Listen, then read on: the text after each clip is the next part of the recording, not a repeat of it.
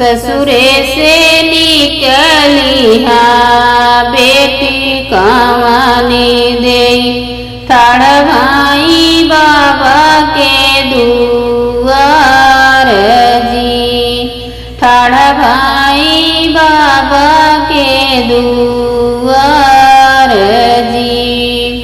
देता मोरे बाबा हो जहर के पुड़िया, खाई के मारी हम जाब जी। देता मोरे पापा हो जहर के पुड़िया, खाई के मरी हम जाब जी। सासू हमारे पापा रोज गरिया मई, बोलिया सुना मई नदिया मारी जी, बोलिया सुना मई नदिया मारी जी।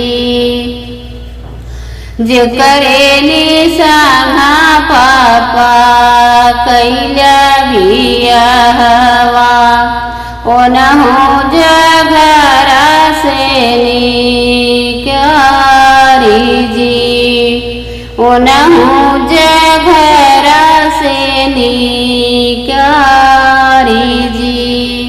कवन संकट बेटी पर तोहरे जियरा, काहे के जहर खाई के मरी जाऊं जी, काहे के जहर खाई मरी जाऊं जी।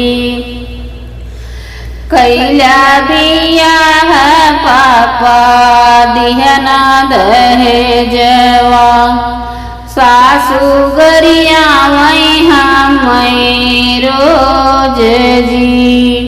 ननदत पापा मोरे बोलिया सुनावई, जे करे निसंघा पापा की बियहवा, ओनहु घरा से निकारी जी। ससुरे से निकली हाँ बेटी कमन दे, थाड़ भाई बाबा के दुआर जी।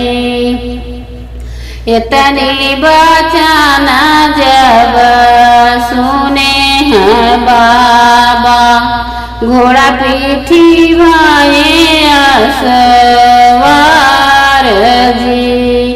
जाई के पहुँचे हैं बेटी के दुआरवा, सुना समधिनी बतिया हमारी जी, सुना समधिनी बतिया हमारी जी।